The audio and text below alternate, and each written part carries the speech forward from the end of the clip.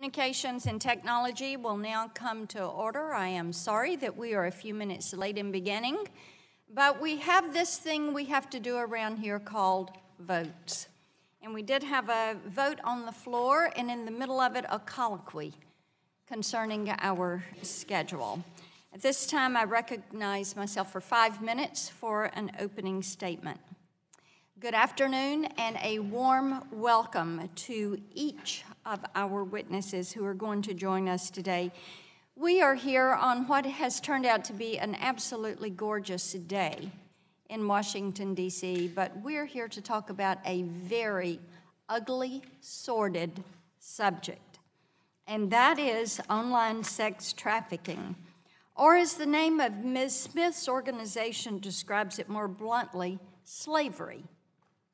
As the stings and headlines continue to proliferate, those who thought that slavery was something that could never happen in 2017 America have had to confront the terrifying reality that not only is it happening, it is on the rise.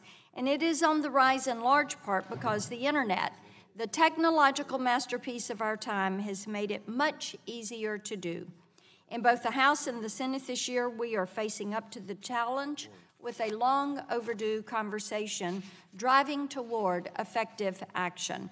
With this hearing, it is my hope that the Communications and Technology Subcommittee, with our particular focus, will add some valuable perspective about exactly what is going wrong and what is going right on the tech side as the lowest of the low harness the power of the internet to enslave and exploit our children.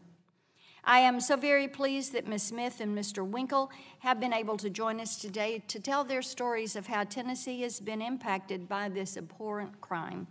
Like so many of the districts that my colleagues represent, our home has been invaded by criminals luring in vulnerable women and children and forcing them into a life of sex slavery and unspeakable abuse.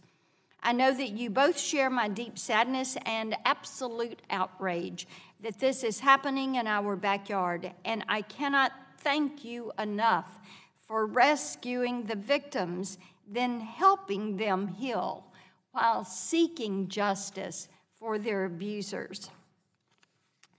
You are doing a superlative job. For the 5th year in a row, get this, Tennessee received an A on its report card in the Protected Innocence Challenge, a comprehensive annual study of existing state laws, and this is compiled by Shared Hope International. The challenge produces state report cards that rate how effectively each state responds to the crime of domestic minor sex trafficking. After 4 years of straight A's, Tennessee outdid itself this year by leading the rankings, #1 in the country. What a testimony to the partnership between Tennessee law enforcement and victim advocates that you have built and grown together over the years. We're honored that you are taking time away. The legislative debate this year has focused on amendments to Section 230 of the Communications Decency Act, which law enforcement has consistently identified as a barrier preventing effective prosecution of online entities that facilitate trafficking and adequate recourse for trafficking victims. Today, we welcome my colleague and dear friend, Ann Wagner, who is leading this charge in the House. I look forward to hearing her testimony about her efforts to find an effective approach to attack and defeat this problem. She has been a passionate and tireless advocate, and I'm proud to be a co-sponsor of her bill. I also want to welcome, and we look forward to hearing the concerns and the perspective of Mrs. Souris and Mr. Goldman as we consider next steps. With so many women and children waiting on us and counting on us, doing nothing is not an option. At this time, I yield back my time, and I recognize Mr. Doyle for 5 minutes. Thank you, Madam Chair, for holding this important hearing, and thank you to the witnesses for appearing before us today. Human trafficking in all its forms, and in particular sexual trafficking of children and adults, is an abhorrent crime. I want to thank the witnesses here today from End Slavery Tennessee, the National Center for Missing and Exploited Children, and the Tennessee Bureau of Investigation. This is hard work that you all do, and I know that it carries a heavy burden. For my part, I want to thank you for your efforts and the efforts of your organizations. Be assured this is an issue of great concern to all of us. I also want to thank Representative Wagner for testifying before us today. I understand that this is an issue that you've been working on for some time, and that the SAVE Act that you wrote, and which has become law, is starting to be used to combat online sex trafficking. I also understand that in reference to the bill before us today, you are working with Chairman Goodlatte on an amendment in the nature of a substitute to your bill, and hope that it will be marked up in the Judiciary Committee. I'm hopeful that you'll be able to move your amended bill out of committee and before the full House for a vote. I also want to acknowledge the good work being done by Senators McCaskill and Portman and the Senate's Permanent Subcommittee on Investigations in the investigation and report they released on Backpage.com. This report is truly frightening. The report alleges that Backpage knowingly facilitated child sex trafficking. I'm deeply concerned about emails sent by Backpage moderators seeking to limit the number of ads they were reporting to NCMEC on a monthly basis. In addition, according to the report, Backpage repeatedly edited and altered ads by deleting words, phrases, and images that would indicate child sex trafficking without reporting those ads to NCMEC or other authorities. Again, according to this report, these edits were done for the express purpose of concealing the illegal nature of these activities. Backpage went so far as to deploy software that automatically deleted terms from ads before publication, words such as Amber Alert, rape, young, and fresh. This filter was apparently deployed for the purpose of concealing the true nature of the transactions that were occurring on the site. The report goes on to say that by Backpage's own internal estimates, they were editing between 70 to 80% of the ads in the adult section of their site. Backpage would go on to start rejecting ads that contain these words, but then they'd do so with a pop-up that would include explicit instructions for advertisers as to what the offending word or phrase was and how they could repost their ad to get around Backpage's filters. Backpage used similar techniques when advertisers posted ads identifying people as under 18, simply instructing users to change the posted age in order for the ad to be posted. To my mind, this report indicates a vast criminal enterprise. I am heartened by reports that there are potentially multiple federal investigations using insights from the Senate report and an empaneled grand jury. My hope is that justice can be done. Madam Chair, I thank you for this hearing, and I yield back. Gentleman yields back. Ms. Brooks, you are recognized. We will see if Chairman Walden makes it, but you're recognized for your comments. Thank you, Madam Chairwoman, and I am very, very pleased to see our colleague and a leader in the House of Representatives, Representative Wagner, who has, since we came in together 5 years ago, has been a strong, strong voice fighting for the victims and educating the American people about Backpage and other avenues of sex trafficking. I just want to take a moment to commend the state of Indiana. I was involved as a United States Attorney from 2001 to 2007, and during that time, the Bush administration put a huge focus on exploitation and on child exploitation. And we started an effort called IPATH now, which is about protection against human trafficking. And it brings together law enforcement, victim services, it puts in place protocols. But I will tell you that the criminals and the perpetrators are always trying to stay one step ahead. They are always trying to find ways to exploit children, women, and others in order to satisfy their sexual desires. And it's very, very difficult work, law enforcement work around the world, to find victims, and the webs that they have created and the perpetrators which coordinate around the world are something that we must continue to pursue with every avenue we possibly can. The victims, and finally, I just want to focus on the victims. The victims of this type of sexual exploitation, sexual trafficking, can be found in every district in our country, from urban areas to rural areas to suburban areas. And I think people are often shocked when they read in our papers or read about the victims. And we must make sure that we are there for the victims. So I just want to commend Ann Wagner and so many members on both sides of the aisle who have stepped up to really lead the charge and try and say that we cannot allow this type of human slavery in this day and age to continue, and we must continue to fight it. And I just want to thank my colleague from Missouri for being a leader, and I yield back. Gentlelady yields back. Is there any other member seeking recognition? No other member seeking recognition. The gentlelady yields back. At this time, I want to recognize Mr. Pallone, who is not here, for his 5 minutes. Any other member seeking recognition? Mr. Doyle. Thank you. I forgot. I need to ask unanimous consent to enter into the record a letter to yourself and myself from Professor Alexandra Levy of the University of Notre Dame Law School. Without objection, so ordered. All right. At this point, our first witness for today's panel will include Ms. Ann Wagner, representing Missouri's 2nd Congressional District, who will give opening remarks regarding her efforts on the issue. Ms. Wagner, you're recognized for 5 minutes. I thank you, Madam Chairman and Ranking Member Doyle and colleagues, for hosting this committee hearing today and for allowing me to give some opening remarks. I appreciate your commitment to addressing online trafficking, and especially appreciate that so many members of this subcommittee have publicly co-sponsored H.R. 1865, stopping the victimization of America's children and adults online is my top priority in Congress. And I know I have an ally in Chairman Blackburn. I also appreciate subcommittee members Adam Kinzinger and Yvette Clark for being original co-sponsors of my bill. My first major piece of legislation concerning online trafficking was the SAVE Act, which became law in 2015.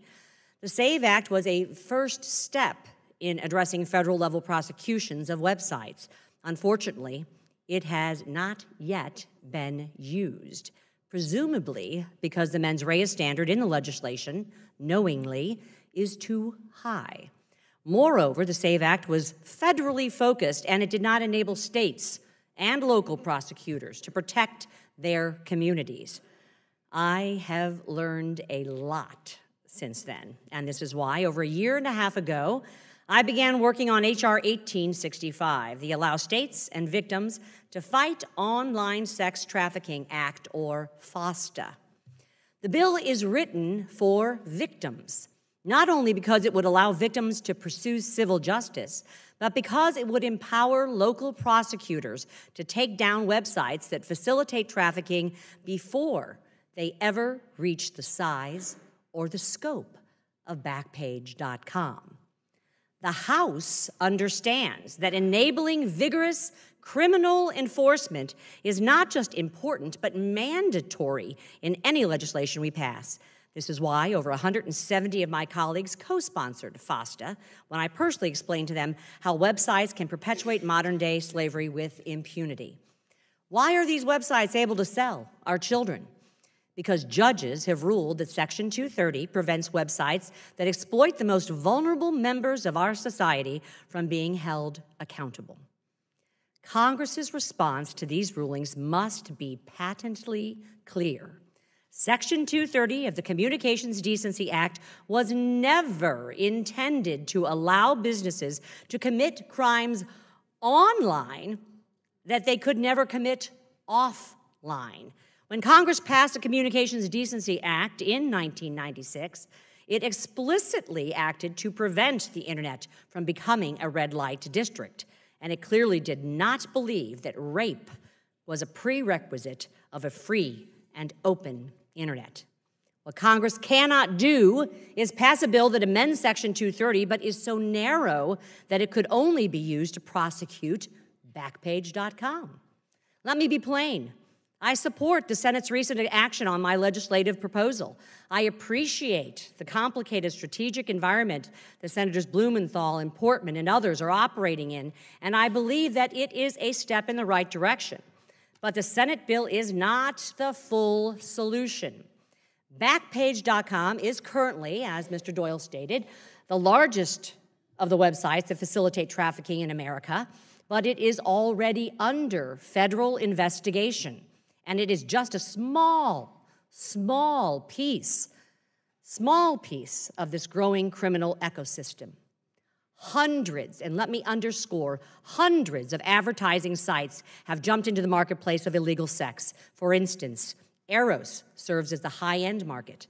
Escorts in College advertises women close to and under the age of consent. And Massage Troll is sadly popular in my own district. Thanks to Senator Portman's investigation, a wealth of evidence against Backpage.com has been discovered over the past year.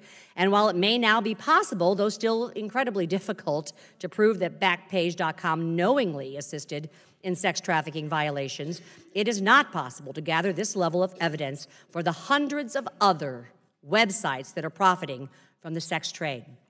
I have spoken with prosecutors across the country who have asked the House to pass a practical solution that will allow them to take predatory websites off the internet.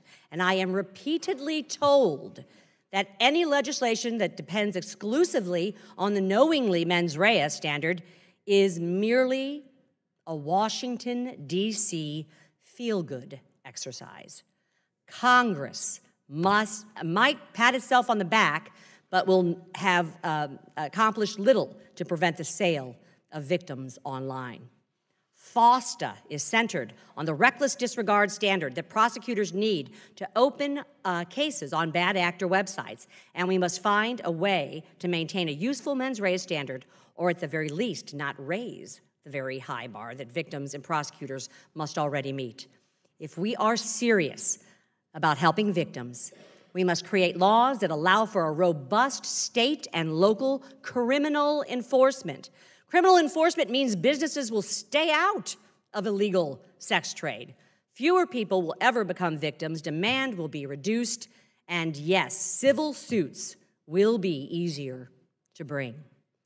The criminals who auction our children will be put behind bars. I believe, in closing, we can mark up a bipartisan House bill that will provide meaningful tools to prevent future victimization, and I look forward to working with you to pass a forward-facing solution that will disrupt the online trafficking industry. I thank you, Madam Chairman. I thank you all on the committee and my colleagues for allowing me to give this opening remarks. Gentlelady yields back. We thank you so much for your remarks and your well wishes that we will move forward. At this time, we will briefly recess long enough to put the new nameplates up, and we'll welcome our panel to the table.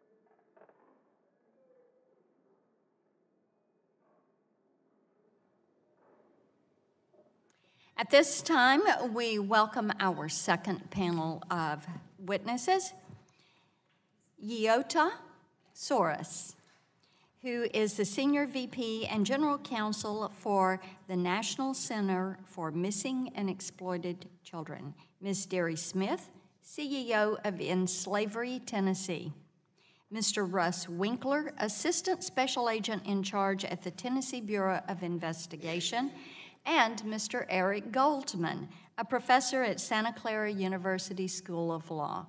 Welcome to each of you. We appreciate that you are here today. We are going to begin our testimony with you, Ms. Soros. Each of you will have 5 minutes.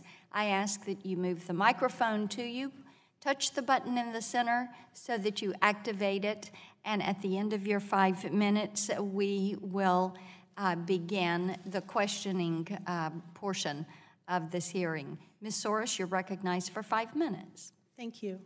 Chairman Blackburn, Ranking Member Doyle, and members of the committee, I am honored to be here today on behalf of the National Center for Missing and Exploited Children and to join this discussion to ensure that America's most vulnerable victims, children trafficked online for rape and sexual abuse, have opportunities for justice against their traffickers, including those who participate in trafficking them online. I'd like to thank Congresswoman Wagner for her long-standing dedication to child sex trafficking victims and her tireless work to create meaningful change for these survivors. As part of our work as the congressionally designated Resource Center on Missing and Exploited Children, NCMEC receives approximately 9,800 reports of child sex trafficking every year. Over the past 5 years, 88% of these reports have involved a child being trafficked online. More than 74 of these reports from the public relate to an ad on Backpage. In recent years, we've learned an enormous amount about the complexity, ruthlessness, and profitability of the sale of children for sex online. But we've also seen courts struggle and fail to hold websites liable for facilitating sex trafficking. Today, we are at a crossroads on how best to proceed with legislation that combats this heinous crime. Courts have been unable to find their way around the current application of the CDA, a statute that is over 21 years old and has created broad immunity even for websites that support online child sex trafficking. These courts have called on Congress to clarify that all facilitators of online sex trafficking, including websites, are not legally protected. The House of Representatives and the Senate have worked on parallel tracks to develop bills that respond to the recent court decisions and reconcile the CDA with protections granted to victims under the federal trafficking statute. We believe these bills address the specific legal barriers faced by child sex trafficking victims and coalesce around 3 legislative solutions. First, ensuring that state attorneys general have the authority to protect children in their own states and can bring criminal and civil actions against online entities that participate in sex trafficking. Second, clarifying that sex trafficking victims can pursue civil remedies against everyone who participates in their trafficking, including websites. And third, defining participation in a trafficking venture under federal law as assisting, supporting, or facilitating sex trafficking. These broad legislative solutions specifically respond to what courts have called on Congress to do: provide children with access to justice and hold websites that facilitate sex trafficking responsible. NCMEC has assisted tens of thousands of children victimized by online sex trafficking. Behind the current debate about the particular details and standards within the legislative proposals are horrific experiences suffered by these children who are defenseless against predators selling them for rape and sexual abuse online. NCMEC has worked closely with many sex trafficking victims whose cases have been dismissed due to the current broad interpretation of the CDA's immunity. We have witnessed the anguish of these children's recovery and have heard their hopelessness when courts dismiss their cases against websites that facilitated their trafficking. Victims who have been denied justice due to the CDA include a 14-year-old girl who was trafficked online for 2 years and advertised in sexually explicit poses, 2 15-year-old girls, one who was raped over 1,000 times while trafficked online for just over a year, and a second girl who was trafficked online for 2 years and sold to from 5 to 15 customers a day. Cases like this remind us of the ongoing suffering of victims and the urgency to move forward with current legislation that addresses past cases and has broad support from all key stakeholders, including the tech sector. NCMEC believes that legislation that includes the 3 core solutions outlined more fully in my written testimony will provide powerful tools to ensure the rights of child victims while protecting current law that encourages a robust internet. Chairman Blackburn, we couldn't agree with you more when you said in yesterday's Knox News that standing by idly is simply not an option. It is time that we hold companies accountable for their actions when they cross the line. We've been encouraged by the Senate's legislative progress on SESTA, including the support of the Internet Association and Facebook, and are hopeful that under your leadership, a similar path forward can be accomplished here in the House. In conclusion, we stand ready to assist the committee so that at the end of the day, a bill can move expeditiously to the President's desk for enactment into law. Thank you. Gentlelady yields back. Ms. Smith, you're recognized for 5 minutes. Chairman Blackburn, Ranking Member Doyle, and members of the subcommittee, thank you for holding a hearing on this important topic. It's an honor to offer testimony on the impact of technology on human trafficking victims and survivors. The sexual exploitation perpetrated against women, men, boys, and girls in the commercial sex industry is found all across the internet. There's no place for a survivor of human trafficking to hide because their victimization is already on display for all to see. The public victimization exponentially complicates the healing process. In the early days of this work, I met 2 girls from Atlanta. They were deceived by a girl they thought was their friend, held by child safety locks, and driven to Nashville by their trafficker. The trafficker got a hotel room, popped an ad up online, and was in business within half an hour. I was struck with how easy it was for him to sell those girls, as easy as advertising a bicycle or a car for sale. I was also struck with how quickly men arranged to have sex with these young people, as fast as ordering a pizza. In my years since, I've heard hundreds of variations of this story.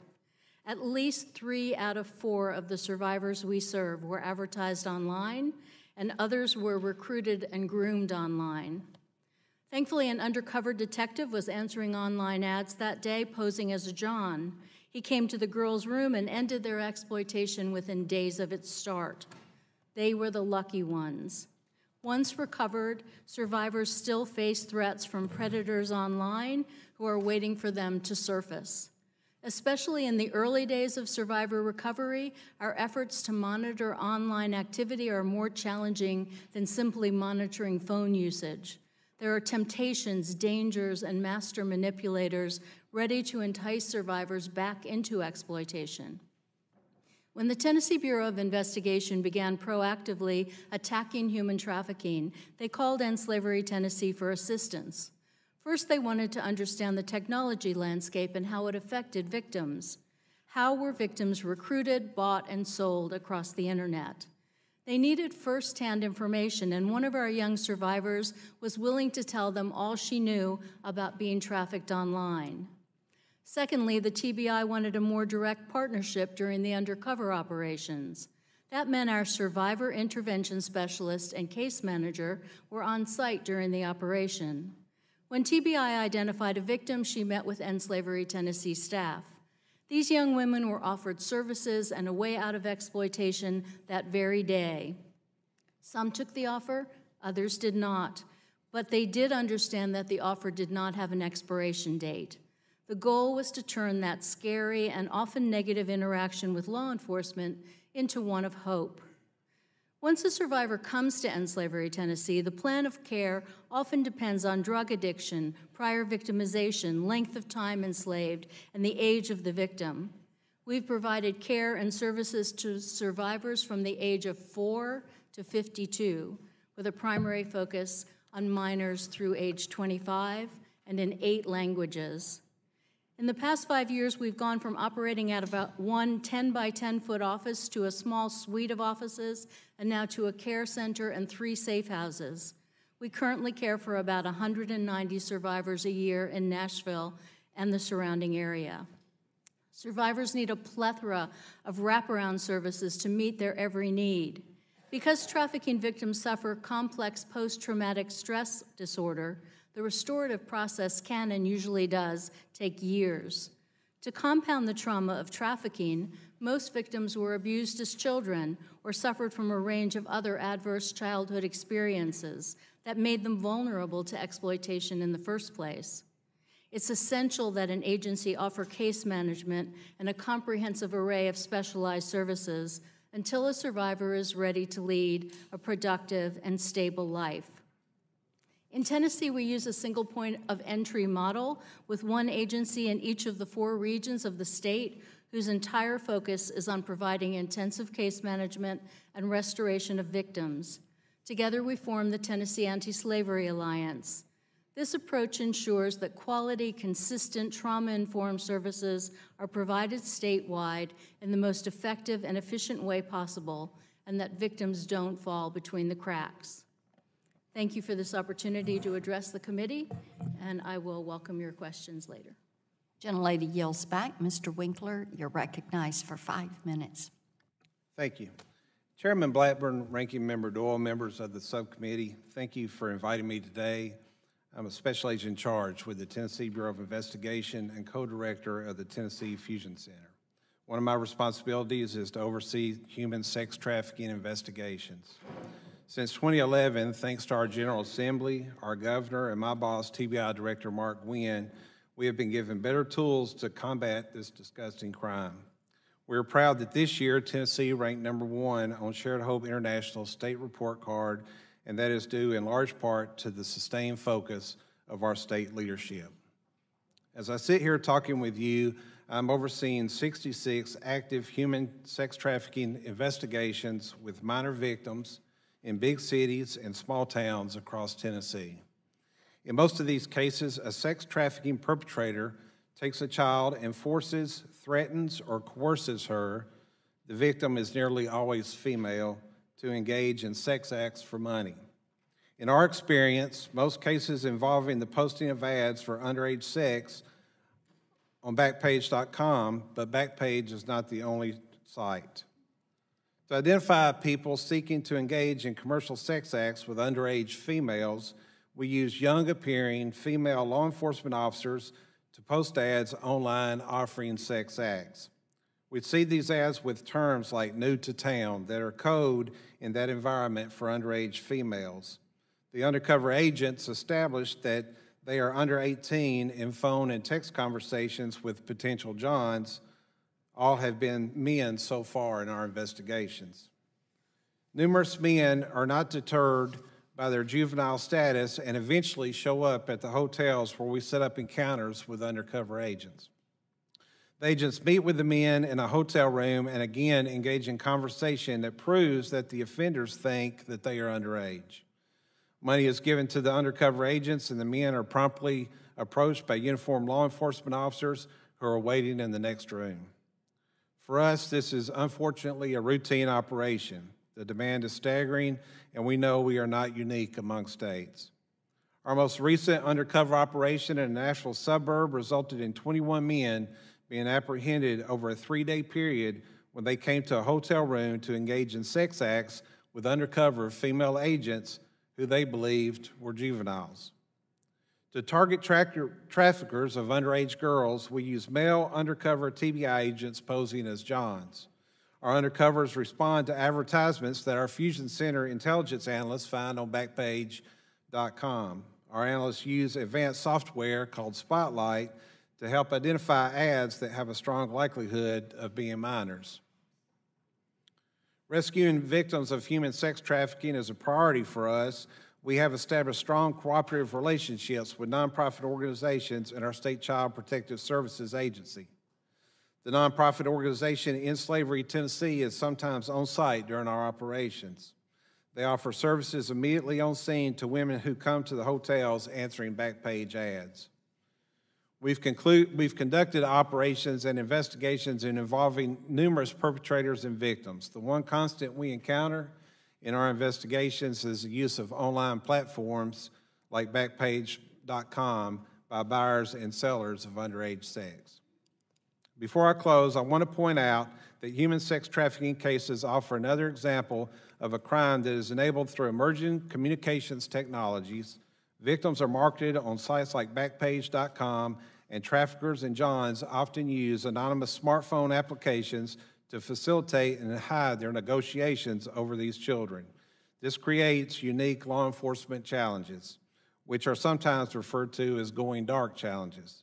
So while we need tools to discourage online platforms from facilitating commerce in children, it is clear that we also need a legal framework that ensures law enforcement can get the additional evidence we need to investigate these horrible crimes. I appreciate the invitation to testify today and look forward to your questions. Gentleman yells back. Mr. Goldman, you're recognized for 5 minutes. Thank you. Chairman Blackburn, Ranking Member Doyle, and members of the subcommittee, I applaud the efforts of Congress and this subcommittee to combat the horrible crime of sex trafficking. These efforts include the Allow States and Victims to Fight Online Sex Trafficking Act of 2017, called FOSTA. I defer to experts in the sex trafficking victim advocacy community about whether FOSTA would help victims. Based on my expertise in internet law, I'll discuss FOSTA's implications for 47 U.S.C. 230, the law that says, that Congress enacted in 1996 that says websites aren't liable for third-party content. Section 230 ranks as one of Congress's most important policy achievements in the last quarter century. Section 230 touches deeply each of our lives by enabling the internet services we rely upon every waking hour. It also advances free speech by helping ordinary people communicate with a global audience for the first time in history. Furthermore, Section 230 improves marketplace efficiency across our entire economy and reduces entry barriers so that new and innovative online services can keep emerging. Section 230 is a globally unique policy. No other country provides such strong protections for online publishers of third-party content. This differentiation gives the United States a global competitive advantage for such services, which has helped create enormous social value here in the United States. Congress enacted Section 230 in response to a 1995 ruling that an online service could be liable for user content because it had removed other objectionable content. The ruling created a dilemma for all online services that moderate user content. Online services had to choose between two strategies. One, exercise full editorial control over user content and accept liability for whatever legally problematic content they miss. Or two, minimize potential liability by exercising no editorial control over user content. Some services can't afford to exercise full editorial control. Other services, such as tools for real-time communications, can't function with full editorial control. Thus, if failing to moderate content perfectly leads to liability, some online services will abandon efforts to moderate user content or even shut down. Section 230 eliminated this moderator's dilemma. Section 230 applies regardless of what online services do to moderate content or even what they know about user content. This means online services can deploy and experiment with a wide range of content moderation techniques without fearing liability for what they miss. This helps online services, but it also helps people access publication tools that let them reach new audiences. FOSTA would reinstate the moderator's dilemma. For the first time in over 2 decades, it would cause online services to question whether they should moderate content. Some services will conclude that it's too risky to do so. If online services reduce or eliminate their moderation efforts, FOSTA may counterproductively cause a net increase in sex trafficking promotions and all other types of antisocial content. Section 230 does not give a free pass to online services facilitating sex trafficking.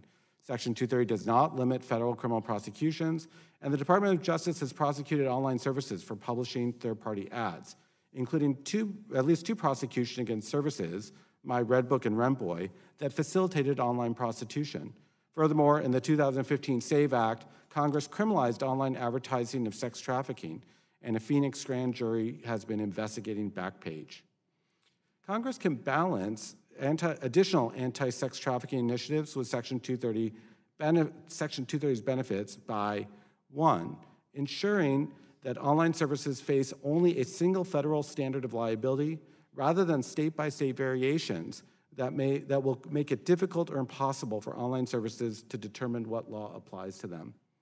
2, encouraging online services to continue performing socially valuable content moderation efforts by basing liability on an online service's intent to facilitate illegal activities, not on what it knows, and expressly saying that online services shall not be legally penalized for their moderation efforts. I oppose FOSTA because it does not conform to either principle. Thank you for the opportunity to address the subcommittee on this very important matter. Thank you, Mr. Goldman. Gentleman yells back. That concludes our testimony. At this time, I have several documents to enter for the record. Shared Hope International, Exodus Cry, the National Center on Sexual Exploitation, and the Coalition Against Trafficking in Women submit a statement. We have a letter from Shared Hope International, an article from the Register Guard, a letter written April 3rd, 2012, that Ms. Maloney and I did to Google, Larry Page of Google, questioning back page. So we've been working on this for quite a while. And then a letter submitted in testimony from Mr.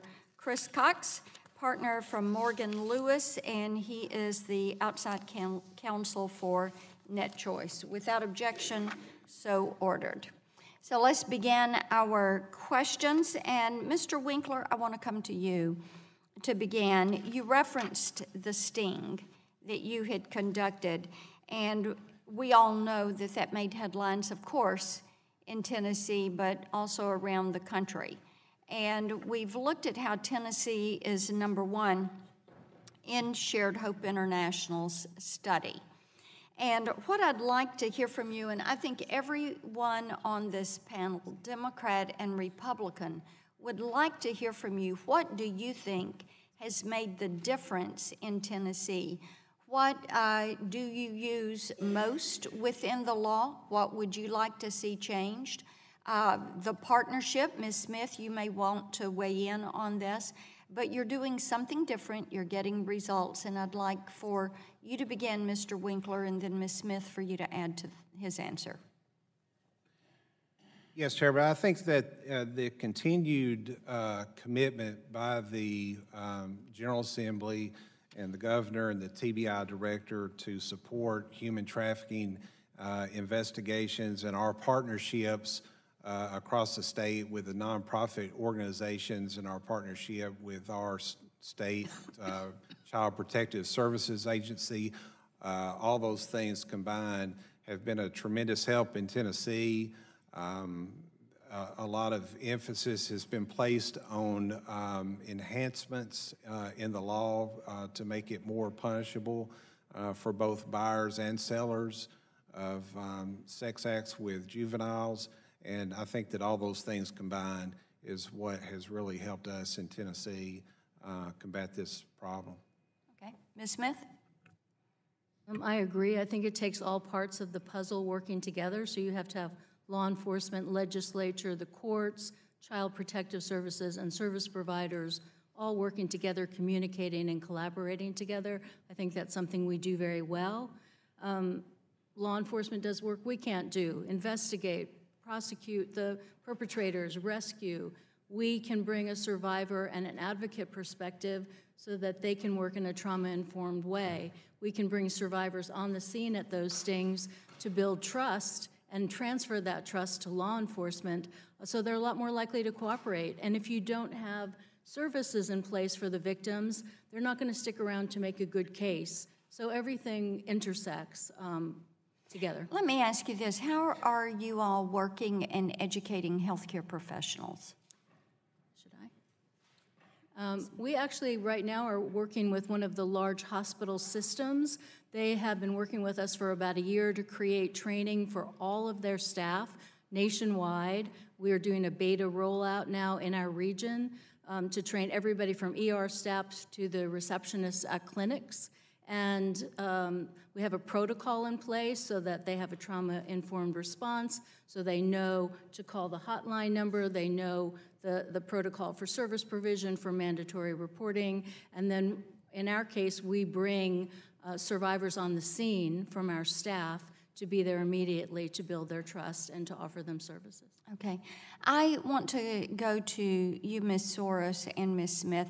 I did some reading in preparation for the hearing and looking at who is kind of the target victim for this. And many times it seems as if it is young girls who are in state or foster care custody, if you will. And I would like for you, we'll begin with you, Ms. Soros, and then to Ms. Smith, to just talk about how these perpetrators of the crime go about targeting these victims, and then add if there's anything you think we could do differently. Absolutely. Thank you, Chairman Blackburn. You're absolutely right that the location of the child often has great bearing on whether they are more vulnerable to being exploited. NCMEC really views child sex trafficking victims as a missing child problem. In our experience, and as an example, just last year in 2016, 1 out of 6 runaways reported to us were likely sex trafficking victims. And of those, 86% were running from state care. So definite correlations between children who are running away and also where they're running away from, and again, their ultimate vulnerabilities. In our experience, the average victim is a girl, even though there are boys and LGBTQ youth, of course, who are trafficked as well. But again, average victim is a girl about 15 and a half years old. Between 15 and 17 is the general age range we see. And typically these are children who are really experiencing an array of vulnerabilities. They are looking for something. It might be a parental figure. It might be love or affection, someone to care about them. We often talk about children who are seeking really human basic requirements: safety, security, shelter. These are children who are not receiving that in their current home or social services setting. So they're very susceptible to false promises of love, shelter, again, security, very basic needs. And that really is how they are lured. These are children who are often seeking just the smallest remnant of kindness from someone. So the smallest extension of that from a trafficker. And traffickers know who to extend that to and what that child might be looking for. That is often enough. Just again, for them to feel like someone has done something kind for them or something to care about for them. Ms. Smith? I ditto that 100%. And I'll say that foster care and the state custody system is a perfect pool for exploitation, because you have those children who are vulnerable, and we know lots of girls who were actually recruited within the system out of group homes. There'd be somebody who was recruiting on behalf of a trafficker. It's a system that sets things up for exploitation, because these girls learn, oh, I have a family who gets paid to take care of me. That kind of mentality can transfer to a trafficker. Well, he's going to take care of me, and it's reasonable that he's getting money to do so. And I think I would add, though, that there is such a thing as familial trafficking. There are family members who traffic their children for money, for drugs usually, or for alcohol. And so in that state system, when we're dealing with child services, there needs to be a track that is identifying those children and that is giving them the kind of specialized care that they need. They can't just be lumped in with the truants and the runaways and the unruly children. There needs to be a track that quickly gets them into the services they need. Thank you. Expired, and at this time I yield to Mr. Doyle, 5 minutes. Thank you, Madam Chair. Mr. Goldman, in your testimony, you mentioned 2 ways you believe that Congress can achieve a balanced solution. First, by avoiding a patchwork of state laws with which websites would have to comply, and then secondly, by targeting a website's intent to facilitate illegal activities. I wonder, have you seen Mr. Goodlatte's proposed amendment to Ms. Wagner's legislation that involves targeting the facilitation of prostitution with a specific intent standard and carving out state criminal laws that would do the same thing? Would such a proposal serve that purpose of balance? I have seen the proposed legislation, and I do think that the effort to focus on the specific intent to facilitate prostitution is a productive way of approaching the issue, and I consider it to be superior than the alternatives that I've seen. You know, I want to again applaud the good work of the Senate Permanent Subcommittee on Investigations, because they're bringing the details of this issue in focus. And after reading their staff report, it's clear that Backpage.com not only profited from online sex trafficking, but that Backpage.com also helped to develop content for online sex traffickers. Now, Professor Goldman, it's my understanding that Section 230 does not protect a website when it develops content in this way. So could you explain for us where the courts have drawn the line between developing content which is not protected and allowing third-party posts, which is? The statute excludes anyone, its protection for anyone who creates or develops content in whole or in part. So someone who develops content in part is not covered by the statute per its terms. In my opinion, the courts have interpreted that to really say that the party doesn't qualify for the Section 230 immunity if they develop what is illegal about the content. And so there's a nexus between developing the content and developing what made it illegal. And I think that that's a helpful guidance for us to think about. So if the facts that were laid out in the Senate report are true, do you think Backpage.com can continue to use Section 230 as a shield? I must say that the facts have raised a lot of questions about exactly how we interpret the statutory language, and I'm eager to see what the courts end up doing with the facts that they have.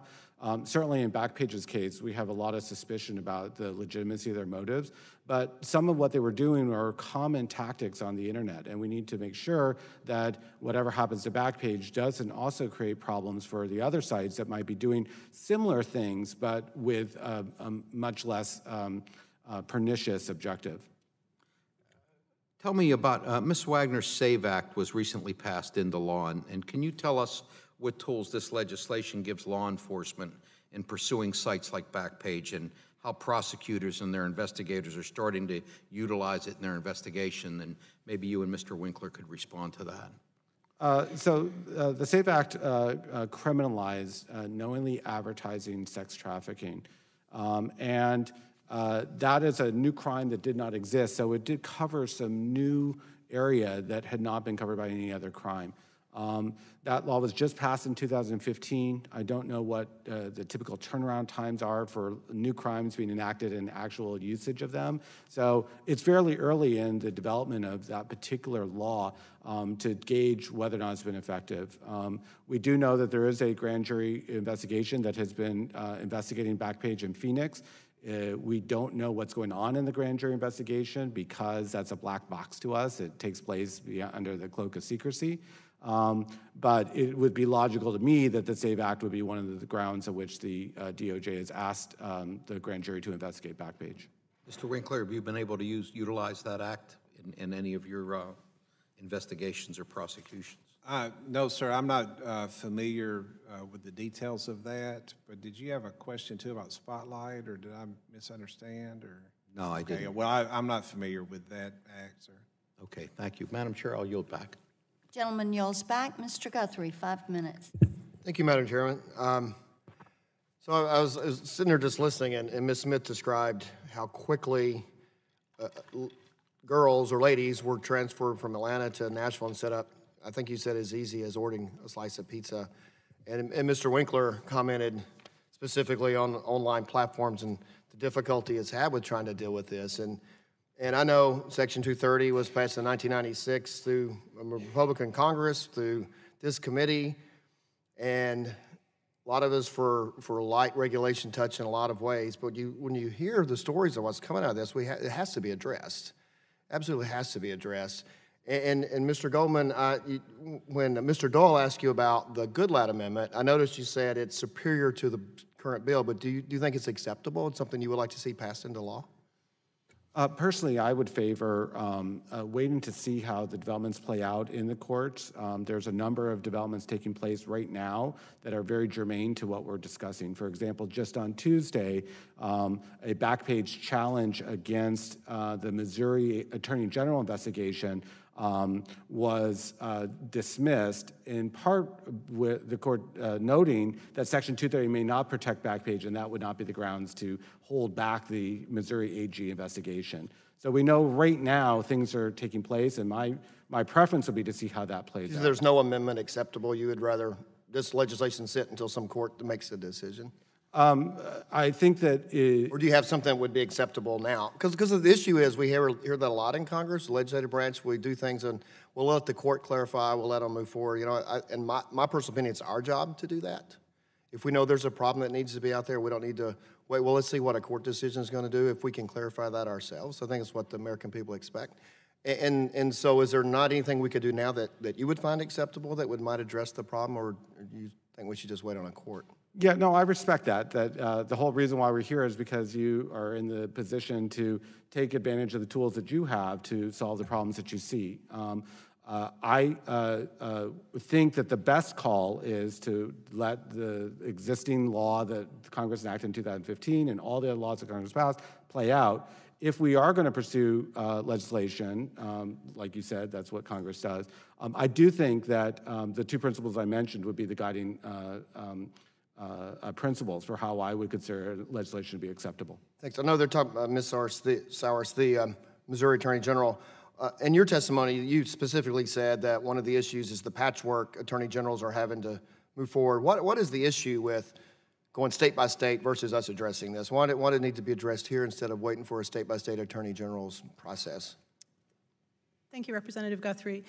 What we really have seen over the past few years is more or less a complete foreclosure on the state attorneys general in their ability to protect children from trafficking in their own states. And I'll point to the California Attorney General's investigation and subsequent attempts to prosecute Backpage not once but twice on pimping charges over the past, I believe, 2 years.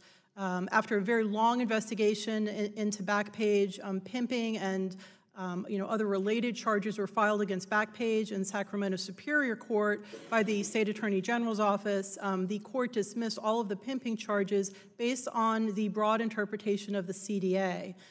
Just before Attorney General Kamala Harris moved to the Senate at the end of 2016, she had her office refile those pimping charges with some additional facts developed to try to answer to the court's last order. And the new judge in the second case again dismissed the pimping charges, again based on the Communications Decency Act. So what we have at this point, and what we've heard from the courts, including the courts in California, is really that Congress needs to clarify that state attorney generals can join this battle, that they can join federal prosecutors.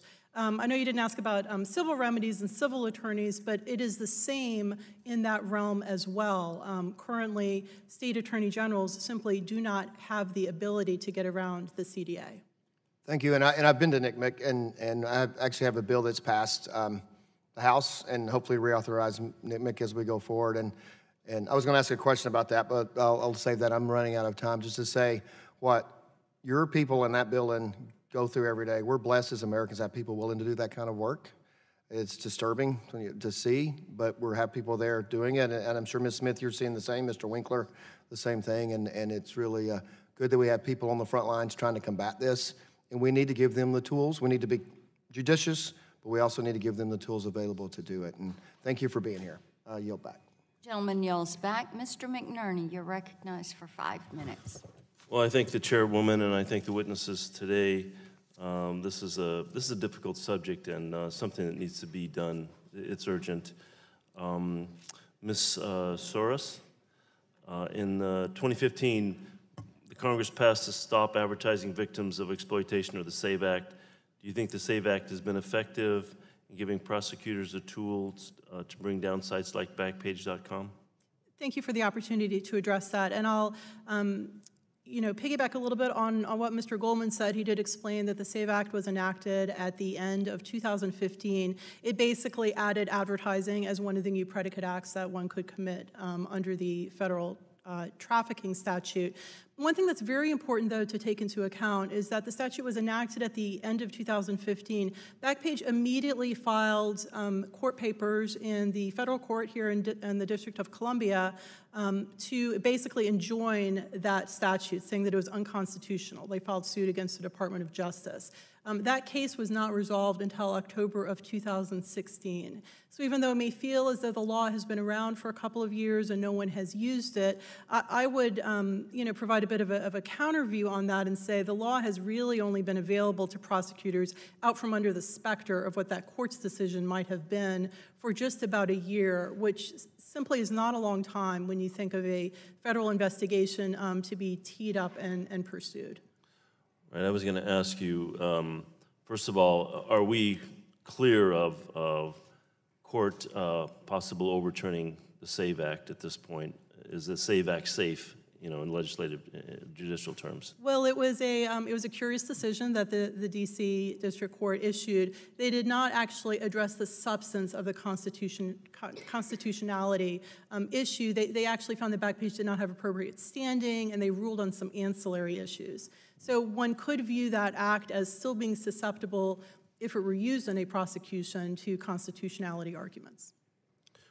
Well, do you think that the Congress needs to examine whether federal prosecutors and investigators have sufficient resources to combat online sex trafficking? So I think that is always a valid measure. Certainly at NCMEC we have such close partnerships with federal and state law enforcement, and we, always are encouraged by discussions around offering them more resources. But what I would suggest is that what federal prosecutors need is not necessarily more resources or new laws. They need more players on their team. And by that I mean state attorneys general and civil attorneys as well. That was my next question. Yes.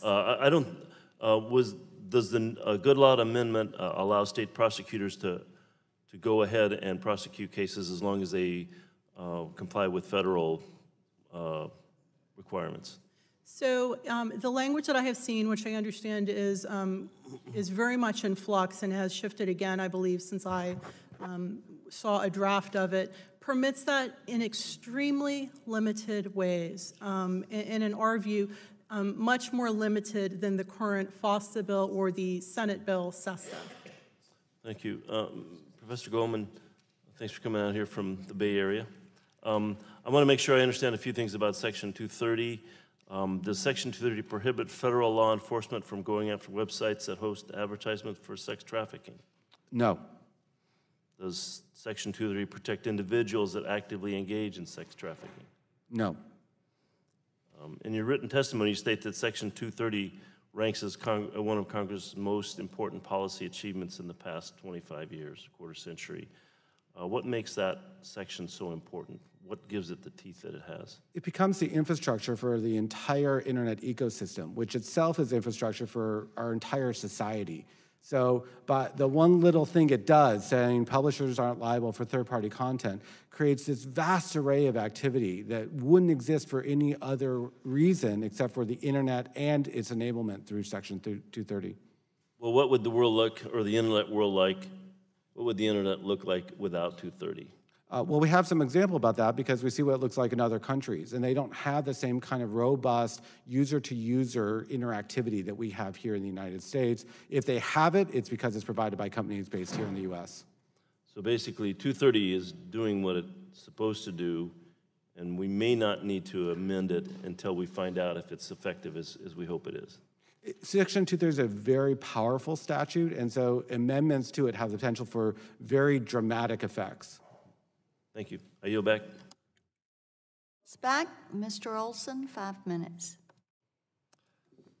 I thank my friend from Tennessee from the bottom of my heart for having this important hearing.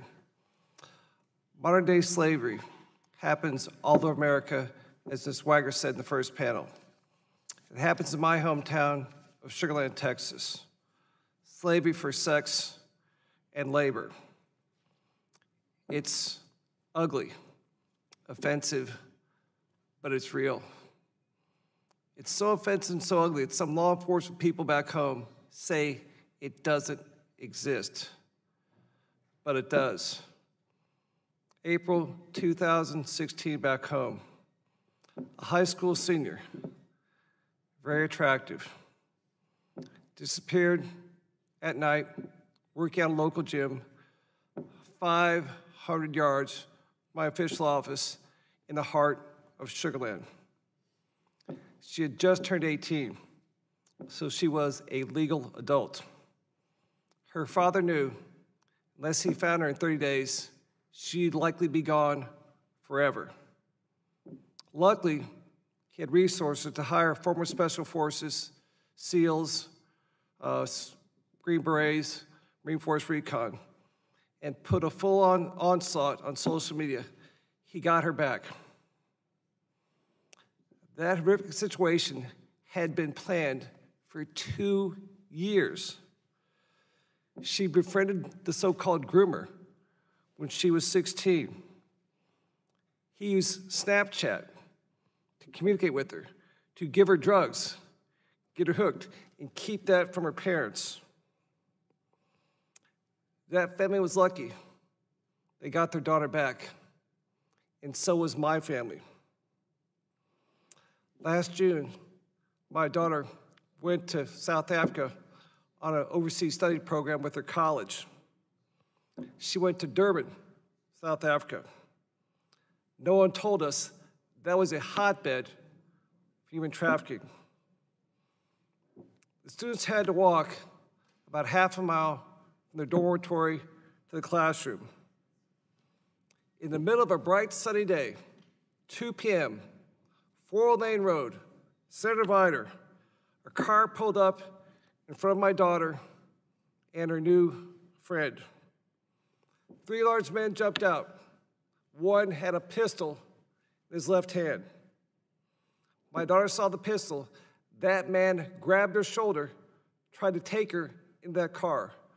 Luckily, she had her backpack hanging with one strap on her right shoulder, the one he grabbed. The backpack came off.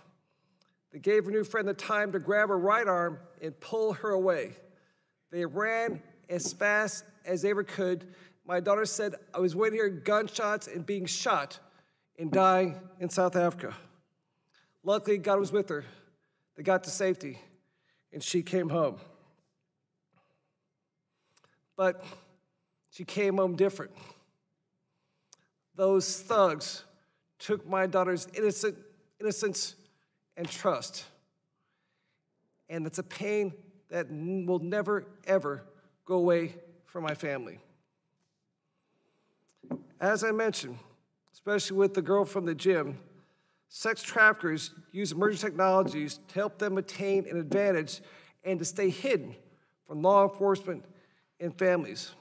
As I mentioned, Snapchat example, 6-second video, pops up, pops away. Bitcoin for online transactions. My questions for the entire panel, start with you, Mrs. Smith, is if I could make you the king, the queen, for one day to end human trafficking, what would you do? I can take whatever the chairman gives me. The chairman gives me. First, let me say my heart goes out to you. I sit across from parents with some regularity who didn't have an almost, whose children were trafficked, and it's one of the hardest things in my job to do. So I'm glad your story was an almost. You know, from my perspective, I see the devastation in lives of young girls, primarily girls. I see even after they come out of trafficking, the fear they have that their images are still up online and who might find them and who might see them. And parents have those fears too when there are parents involved. And even looking ahead as we're trying to help them heal, they're worried about whether their employer is going to see those someday, or their children, or their potential spouse. So they're just tentacles that go out in this technology. So I think you've alluded to some of those things. The anonymity, the ease of the marketplace has to be shut down. We can't, you know, I heard somebody tell me this story. If you take it out of the internet and you say, in that hotel over there, we're going to have children being raped and sold so that we can go and, you know, find them, use them as live bait, so to speak, we would be appalled. But we're okay with doing that if it's on the internet. Somehow that's different. So we've got to have mandatory privacy controls. As long as we don't have those privacy controls, predators are going to exploit our children. children are going to lie about their ages to get accounts. So we've got to have that. We've got to get rid of the anonymity. I'm a big believer in free speech, but not in letting people rape our children. So that's a simplistic answer, but And I am out of time to get back, but one final comment. Those guys were so bad with Snapchat, they would send this young girl, okay, the drugs are on the car tire in the school parking lot on the 5th car that's a red Impala on the back rear tire. That would pop up for 6 seconds, then pop away, you can't track it. They're devils, absolute evil devils. And thank y'all for choosing to stop this thing. It has to stop, has to stop. My daughter was lucky, she came home. But as you mentioned, most daughters aren't that lucky. They don't come home. And that's terrible, terrible, terrible. Thank you for coming, Dave. I yield back. Gentleman yields back. Ms. Eshoo, 5 minutes. Thank you, Madam Chairwoman, and thank you to all the witnesses that are here today. Special welcome to Professor Goldman from home, from Santa Clara University, that we're all very proud of. Professor Goldman, when I read the reports about Backpage.com, I was really just absolutely disgusted by their business model. I think we need to be enforcing the law, obviously, to the fullest extent when it comes to websites that are promoting sex trafficking. But with that in mind, I want to clarify something about Section 230. And I read your testimony, and much of it is centered in and around Section 230. Under that section, does anything stop the Department of Justice from bringing a criminal case against sites like Backpage.com? And are there other ways besides civil cases that victims can seek redress? That's my first question. The first question, the first part is that no, nothing would restrict the Department of Justice from bringing an enforcement action against anyone, Backpage or any of the other sites that have been referenced. And have they? We have the grand jury investigation that has been taking place in Phoenix, and we don't know what the results of that is because of the nature of the grand jury investigation.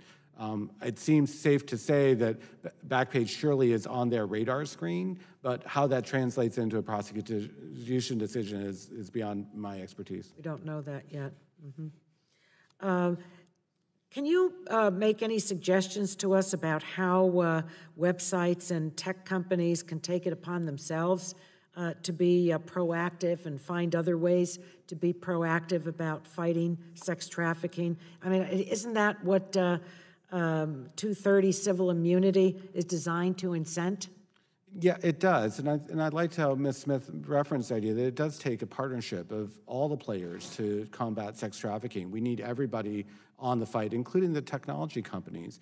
And to get there in their willingness to undertake initiatives requires that they aren't held accountable for making mistakes or for not being instantaneous in their response, or for the other kinds of things that are natural in an environment where users are posting lots and lots of content.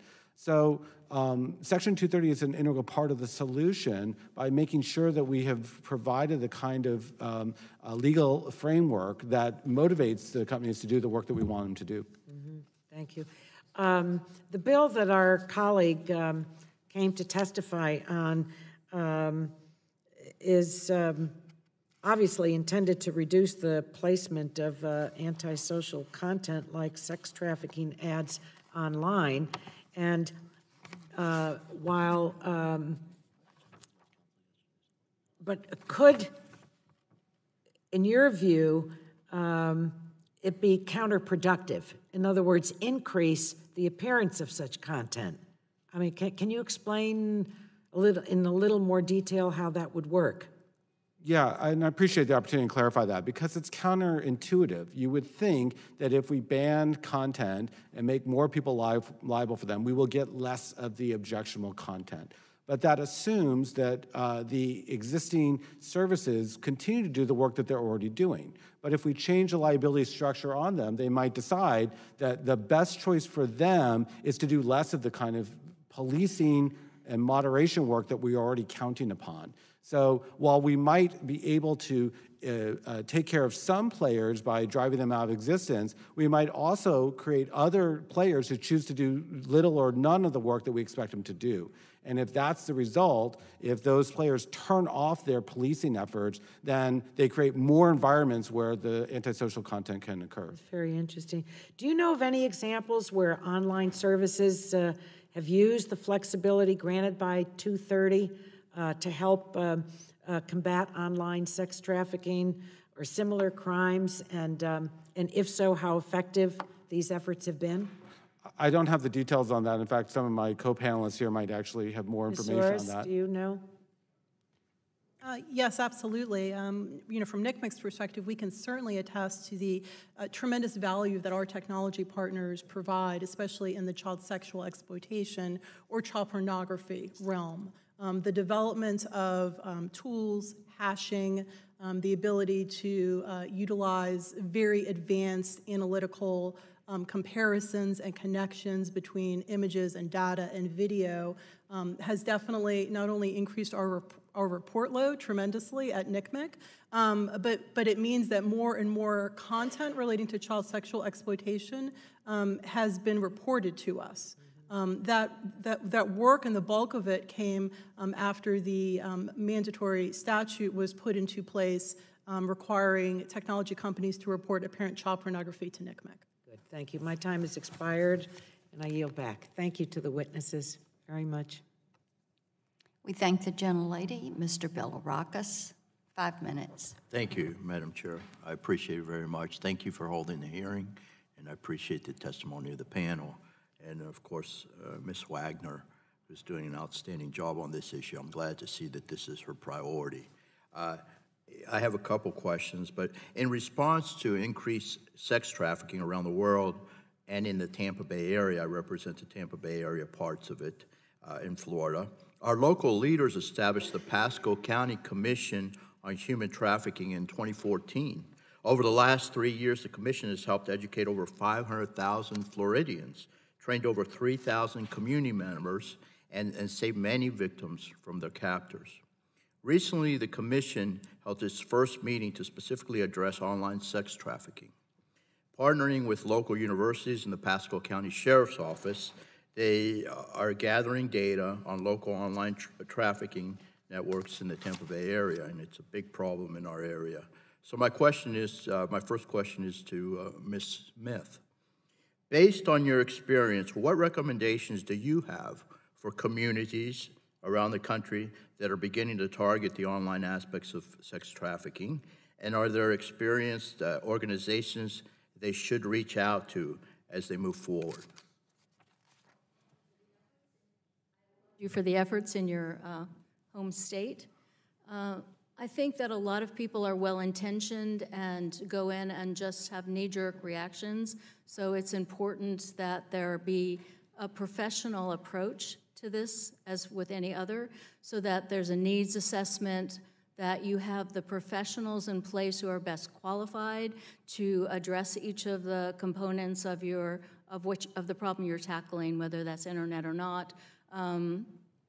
You need the kind of collaboration that we talked about in our state, where legislators are getting educated, law enforcement's getting educated, the courts, where there's a unified system, where people are talking to each other and not at crossroads, where you're defining what your issues are and not comparing apples and oranges. There's some foundational work that I think you have to do around the issue of trafficking before you can even move to the online aspects. I think it's important that you have survivor voices who are talking about the ways that they were trafficked and the effects on their lives and their concerns, the legal issues that they're facing. But I think some of my colleagues here might be even better positioned to answer some of those questions. Ms. Sulis, would you like to begin? Yes, thank you. I certainly agree with everything Ms. Smith, related. I think, one of the things that's important, and NCMEC always says this, is that, sex trafficking is a multifaceted problem. It requires a multifaceted solution. So certainly the, the community awareness and, the use and the listening to survivors and what they have gone through, and the use of peer counseling, and, again, learning from and using the experiences of those who have gone through this so that we can learn how to better educate on prevention and awareness and signs of trafficking to everyone that comes into contact with children, in addition to the judicial system and the healthcare system as well. Yeah, we've got to beat this together. It's got to be a collaborative effort. There's no question. Definitely I wish everyone could respond, but I want to move on to my next question because I don't have very much time. While technology has been a facilitator to traffickers, it also has put innovation into the hands of law enforcement. Mr. Winkler, you mentioned your use of the Spotlight software to help identify traffickers in a crowd of online posts. Can you expand on how this technology works and its success for the Bureau as it might benefit our Commission on Human Trafficking as they begin online monitoring for this illegal behavior? Yes, sir. My understanding of Spotlight is it's an algorithm or an overlay for that looks for ads that are posted online where there's a strong likelihood that those ads have been posted by minors or somebody has posted posted ads for minors. It is a tremendous tool for us in law enforcement. Our intelligence analysts and our agents who are assigned to conduct human trafficking investigations use that tool almost on a daily basis in an effort to identify human trafficking victims. So any type of technology like Spotlight that would help us in the furtherance of our investigations and in the furtherance of our efforts to combat human sex trafficking would certainly be welcome. Thank you.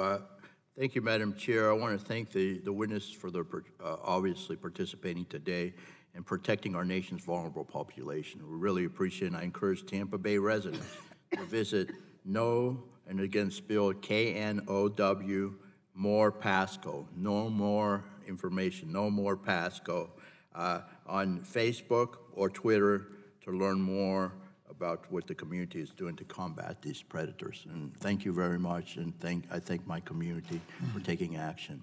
I yield back. Mr. Rush, you're recognized for 5 minutes. I certainly want to thank you, Madam Chairman, for your courage in terms of having this hearing. And I want to commend you for your work and leadership on this particular matter. Child exploitation, particularly for sex, is pandemic to this nation. And it's indeed the seedy dark side of our culture. And I want to proceed from a different perspective. What role does child marriage play in this crime? It seems as though there is another aspect of this crime that really don't get discussed at all, and that is for child marriages to occur. Do you find, or can you speak to this issue at all, anybody?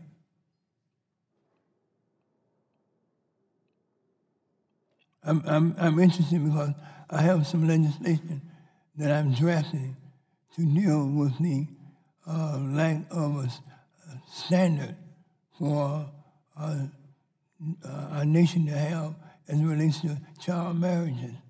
There are so many different standards state by state, so we're trying to create a common standard through legislation. Do you have any, can you respond at all, anybody? Okay, well, let me... I'm sorry, I'm getting older and hard of hearing, so I may have missed some parts of that. But as you were asking about child marriage and I'm asking about child marriage. and trafficking, I would say that we've had limited experience with that. It's typically a foreign national victim. We do have a current survivor we're serving who was sold at the age of 14 to be married, and her husband brought her here and trafficked her. It was just an out-out trafficking situation. She managed to escape, and we're providing her services. But in the years in which I've worked here, I did work internationally and came across that issue quite a bit. But domestically, it's a relatively small percentage. Well, I've heard, and some of our researchers said in some parts of our nation, it's very common that young girls, particularly, are forced into marriages in order to satisfy the laws that prohibit interstate transfer of minors for sexual exploitation. And so child marriages is an issue in certain parts of our nation. Let me ask you another question. Is there, have you noticed, is there a racial component to sexual exploitation of youngsters? Is there a racial component? I don't have those fingers at my fingertip. I'd be happy to get the information and send it to you later. I do know that there is a higher percentage of African American victims. We certainly see lots of Latina, but I'm sorry, I don't have the percentages, and I don't believe any of us probably do. We in our nation in recent days have been highly focused on sexual harassment in the workplace and also in professional settings. And it seems as though there's a predominance in the news today and in recent days about sexual exploitation and harassment in the workplace and in professional settings. How is this affecting our national focus on children who, in most instances, are far less powerful and are more vulnerable because they are more voiceless? Are you seeing, or are you feeling any kind of lessening of the attention on child sexual harassment because of this predominance in the news on harassment in the workplace and or professional settings? Congressman, what we handle at NCMEC is, obviously a much more severe type of child sexual exploitation. But, I will say I think the public attention, the media accounts, as you noted, around this issue do create an environment for additional discussion that we can have with our children, with vulnerable populations. Again, just regarding communication, being open to reporting.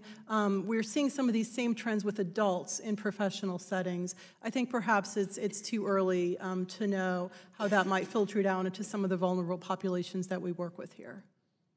Yeah, ma'am. Gentleman yells back, Mr. Long, 5 minutes. Thank you, Madam Chairman. This is a tough hearing to sit through. And what's the rate, or do you have any statistics on the rate of recidivism? I mean, you're talking about mostly girls, let's say, that are in this. I know there are some LGBTQ, whatever, but mostly girls that are trafficked. And you say that they mostly come from state homes, correct? From the state system? Okay, so Mr. Winkler goes out there and busts them with his program. Where do they go from there? I mean, they don't go to a house with a white picket fence and a dog in the yard and, you know, have apple pie that night. What, is there a recidivism? Do we know anything about that?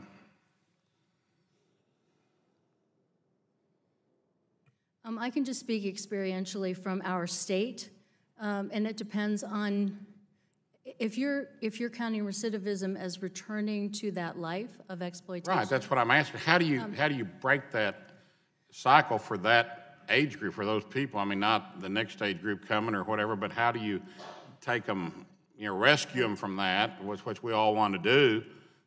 Then what happens? I think that we've found a terrific model in our state. Currently, we have an 89% success rate for the people that we serve, not going back into exploitation.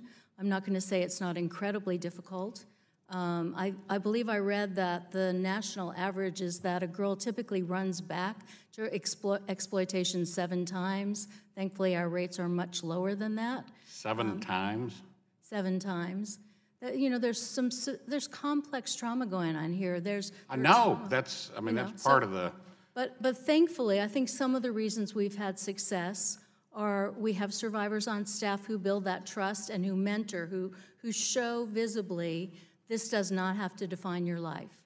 I'm a professional woman, I'm married, I have children, I got a college degree. This does not have to define your life. That's the first step. I think the fact that we keep very small caseloads, because these girls typically are looking for relationships. They were exploited because they want love and acceptance, things all of us want, but they have that deep need. So you can provide services all day long, but if you don't build that community of other survivors that they live with, and the support groups, and the relationship with staff, and starting to build their outside support system, they're going to go back to have that need met in the only way they've ever known. And I think those are our keys to our success. I think it takes time. We can't rush this. We tend to do that in especially child services. 2 months, 3 months, and that's all there's funding for. Let me give each of you about 45 seconds to answer. Start with Ms. Soros on what are the top 3 things we as Congress, 2 or 3 things that we need to do to help you? I think the number one thing is really, quite honestly, the topic of this hearing. There need to be legal tools that can effectively break the commercial market. The commercial market that these girls run back to, as Ms. Smith indicated, that they're lured back into to be trafficked. And the same market that, you know, again, is feeding between 9,000 and 10,000 reports of child sex trafficking to NCMEC a year. And there is no decrease in those reports. Something at a high level needs to happen so that these websites can be taken down. Okay. Go ahead. Just add with a little vignette, I have a 15-year-old this week who just got her privileges back online, because we have a tiered system for that. And the same day she got those privileges, a 40-year-old man was reaching out to her.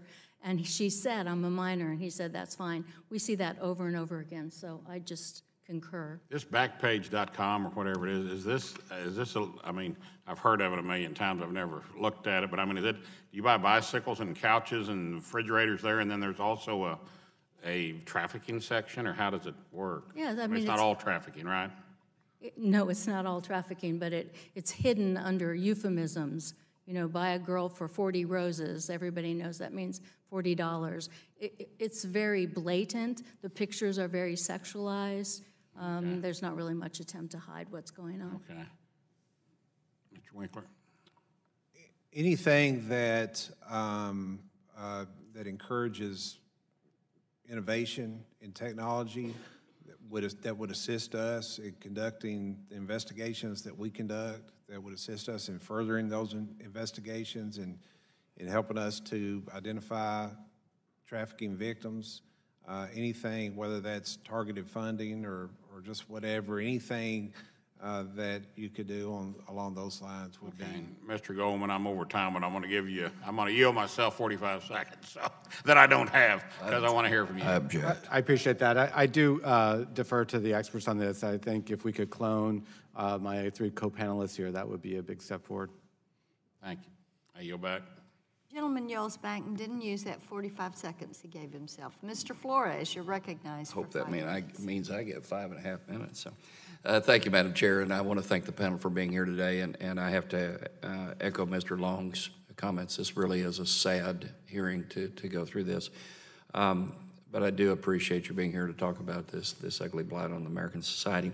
Mr. Winkler, I want to follow up on one of the questions that Mr. Bilirakis introduced. He talked about your use of the tool Spotlight.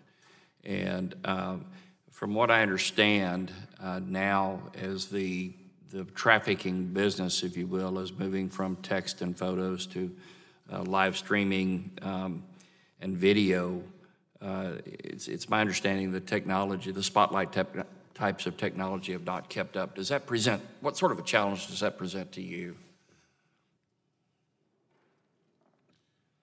I don't know specifically of challenges that we're faced with yet. I do know that there is a shift from the text format to video and streaming, and that is certainly something that is on the horizon if it's not already here. And like I said before, anything that you can do that would assist in fostering innovation in that area would be most helpful. I have to agree with you. I think that's one of the things that we as policymakers need to do, but not through legislation necessarily, but through encouragement, is to help get the best and brightest in Silicon Valley and throughout the technology ecosystem to help develop tools to help you stop this terrible crime that's being inflicted on our young people. Ms. Smith, I appreciate what you do. There's a group that started in Waco, Texas called Unbound, and they do great work, and they deal with the victim side. And one of the neat things I've seen in our community is that they have brought law enforcement into the tent and have educated them about what's happening, the way these folks are victimized and what's happening to them. And they have formed a collaboration where the Sheriff Parnell McNamara, the Sheriff of McLennan County, has set up a sting system like the ones that you all talked about, like Mr. Winkler talked about. And unfortunately, business is booming. But it is making a dent. From what I understand, the traffickers are no longer stopping in Waco, Texas, but that doesn't mean that they've gone away. They're just in other areas. So I want to continue with you, Ms. Smith. We've heard a lot today about the terrible consequences of how easily victims can be lured into sex trafficking. But we haven't talked a whole lot about what can be done to stop exploitation in the first place. So can you talk about your organization's prevention efforts and how technology can be used to stop exploitation before it starts? Great question, thank you. We are doing a lot around prevention. We have reoccurring small groups facilitated by a therapist and a survivor with the high-risk kids, interactive groups with middle school and high school students. But I think when we're talking about prevention, what we have to be talking about is demand reduction. And so because TBI does what they do, in our state, if somebody picks up the phone to call for sex, they know on the other end of the phone might be law enforcement, whether they're in the city, the county, suburbs, small towns, wherever they are. They know our laws are strong. They know that their picture might go out on a press release, and their wife and their boss and the people they go to church with might see that. Those are strong deterrents. I know some sites, law enforcement sites, actually put up the picture so everybody can see. That's the kind of thing that we need to have happening if we're going to actually prevent this. And then we've just got to limit the marketplace, just as we've been talking about. As long as there's anonymity, as long as these exploiters can get by with what they're doing, prosecutors don't have the tools to go after them, law enforcement will lose motivation if there's not a legal process that works. That's what we really have to do, I believe. We've got about 30 seconds left. What can be done from a technology perspective, do you think, to help stop the exploitation? You have a feel for that? Oh, that was for you, Ms. Smith, I'm sorry. I'm sorry. Would you So please- what can be done from a technology standpoint to stop the exploitation? Well, some of the things we've been talking about are the privacy controls, the anonymity that's allowed online. I think we haven't talked about the fact that there are new sites popping up constantly. It's hard to even keep track of them. I believe we need to have the resources to keep on top of that and what's being done. But also law enforcement needs the resources to be able to get what they need for making good cases and getting perpetrators. Okay, thank you. Again, thank you all for your testimony today, and I yield back the balance of my time. Ms. Walters, 5 minutes. Thank you, Madam Chair. And thank you to our witnesses for being here today. It's deeply upsetting that these issues exist in today's society, but I'm grateful for the opportunity to discuss how we can put an end to this modern-day slavery. I've worked on human trafficking issues since I served in the California State Legislature since 2004. And while we've taken steps to curb this horrific practice over the last 13 years, much, much more must be done. Trafficking is a big problem throughout California, as I'm sure you are very aware. And a recent report by Polaris found that in 2016, California had over 1,300 incidences of human trafficking, nearly double of any other state. This heat map that I've got shows the cases in California that were reported to the National Human Trafficking Hotline. But this map is just part of the picture because it only reflects cases in which the location of the potential trafficking was actually known. This year in Southern California, investigators have uncovered several large-scale international human trafficking rings that were using the internet to sell sexual services. And thousands of ads were tracked through the website that we're all familiar with, Backpage.com, including ads selling minors for commercial sex. Sadly, one of those rings was located in Irvine, which is right in the heart of my district. The problem is so bad in Orange County that a group of law enforcement departments, government agencies, nonprofits, and community organizations banded together to establish a task force to conduct anti-trafficking efforts. In 2015, the Orange County Human Trafficking Task Force assisted 225 victims. Of the 225 victims, 61% were new victims. 168 of those victims were used for sex trafficking. 48 of those victims were minors, 47 of whom were used for sex trafficking, and the stats go on and on. I'm proud of the work the task force has done and will continue to do so. With that, I'd like to get to some questions. Ms. Smith, you mentioned in your testimony that when the Tennessee Bureau of Investigations began investigating human traffickers, they called on your group for assistance. Do you think state law enforcement agencies have the expertise and resources to combat this problem on their own? No, I believe it takes the expertise of a number of players working together. So law enforcement does things I wouldn't dream of doing, investigating, researching, prosecuting, but I think we have to work together to have an approach that doesn't frighten the victims away, that meets them where they are, that brings survivors to the operations, for example, to build that trust. We have to have the services in place to keep a victim in place long enough to prosecute. When I first started this work, I had a detective who said he was so frustrated with picking up the same 14-year-old girl all the time, and then he didn't know what to do with it. He lost his motivation. But now he's one of our most robust supporters because the system is working, because all the pieces are in place. And so, law enforcement's going out and they're finding people. The community's getting educated so that they're being recognized by first responders. The services are in place that they need to heal. When that happens, it's a game changer. So what you're seeing is then different partnerships are being formed in order to have that communication in order to make it work. Absolutely. Okay. And then Professor Goldman, I have a couple questions for you. First, what evidence would a civil attorney need and expect to rely upon to establish that a website knew the individual advertised on the site was a minor?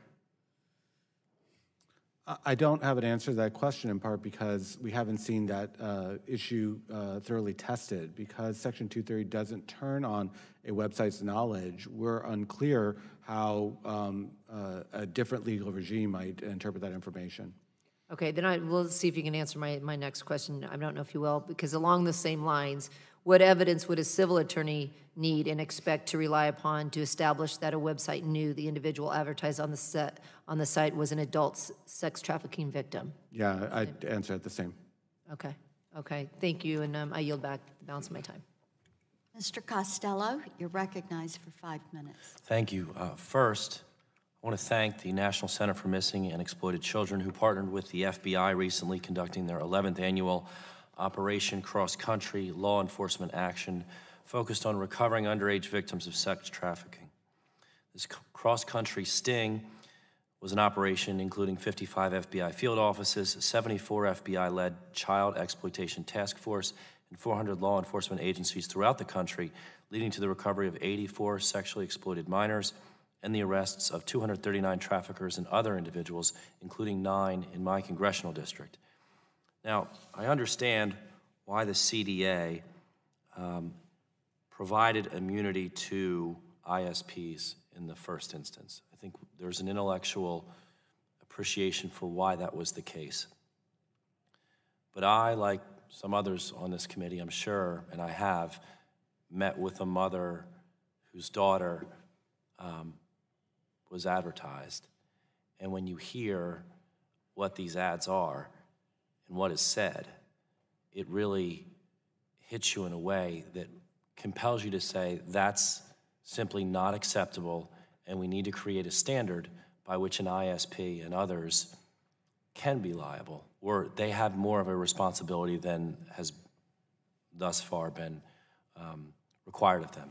And so the question that I have is, can you talk about the successful efforts that were taken online during the operation, and how, if at all, we can revise Section 230 of the CDA to improve these efforts? I would point specifically to the reckless disregard standard, that the information is in furtherance of a sex trafficking offense. I think that that's very helpful language in Ms. Wagner's bill, as well as, and normally we are a little hesitant to give state investigative authorities or state law enforcement jurisdiction over really internet-type related crimes, because sometimes different states do different things at different times. But here I think by freeing it up and giving states more tools to do that, it's a good thing. And so Ms. Soares and anyone else on the panel, can you speak to that collaboration between local and federal law enforcement and how the proposal may best aid them in rooting this out even more effectively than we've been able to do?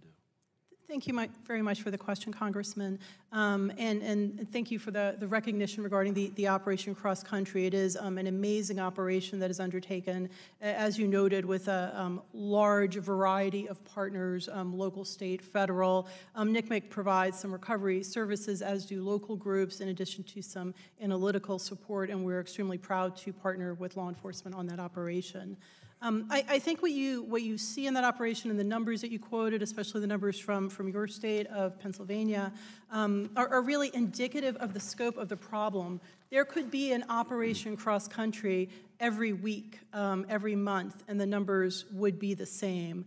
I'll defer to Mr. Winkler certainly to how there can be better resources put in place for law enforcement, but the way to really provide assistance and to cut those numbers are, and I'll just repeat a little bit of what I said before, are to take this on from the highest level, to realize that there is a commercial marketplace where these children are commodities. And that is why there are so many children who are recovered and rescued during Operation Cross Country. It is why they are lured back on, I think Ms. Smith said some children 7, 8 times. That is also similar to what we see at NCMEC, because somebody can make money off of them. And until we are able to introduce some laws, Again, the FOSTA bill, currently pending in the House, the SESTA bill that will soon be coming over to the House from the Senate, currently with 52 co-sponsors in the Senate.